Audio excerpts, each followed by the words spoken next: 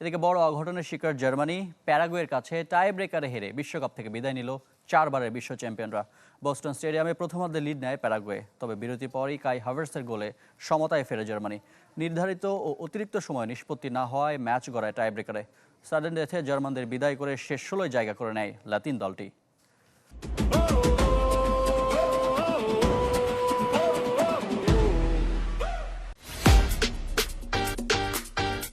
Boston stadium তখন কাঁপছে।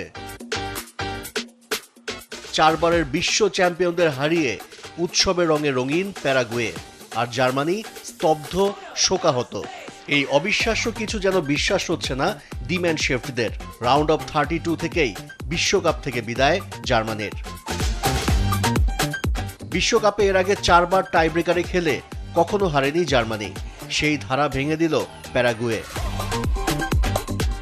অবশ্য পেনাল্টি শুট আউটে 2 গোলরক্ষকের বীরত্বও দেখেছে ফুটবল বিশ্ব। ম্যানুয়েল নয়ার ও অরলান্দো হিলের ক্যারিশমায় টাই ব্রেকারও 3-3 সমতায় শেষ হয়।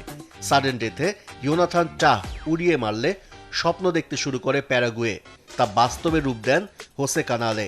3 আসর পর বিশ্বকাপে অংশ নিয়েই বাজিমাত লাতিন দলটির। ম্যাচের শুরু থেকে বল দখলের চেষ্টায় জার্মানি, তবে গোলের দেখা পায় প্যারাগুয়ে। বিরতির ঠিক আগে হালারজার ক্রস থেকে লিড এনে দেন হুলিও এনসিসো, তবে সে লিড বেশিক্ষণ ধরে রাখতে পারেনি লাতিন দলটি। 54 মিনিটে ফ্লোরিয়ান ভির্টসের ক্রস থেকে দারুণ এক হেডারে জার্মানিকে সমতায় আনেন কাই হাভার্টস। নির্ধারিত সময় আর গোলের দেখা পায়নি কেউ।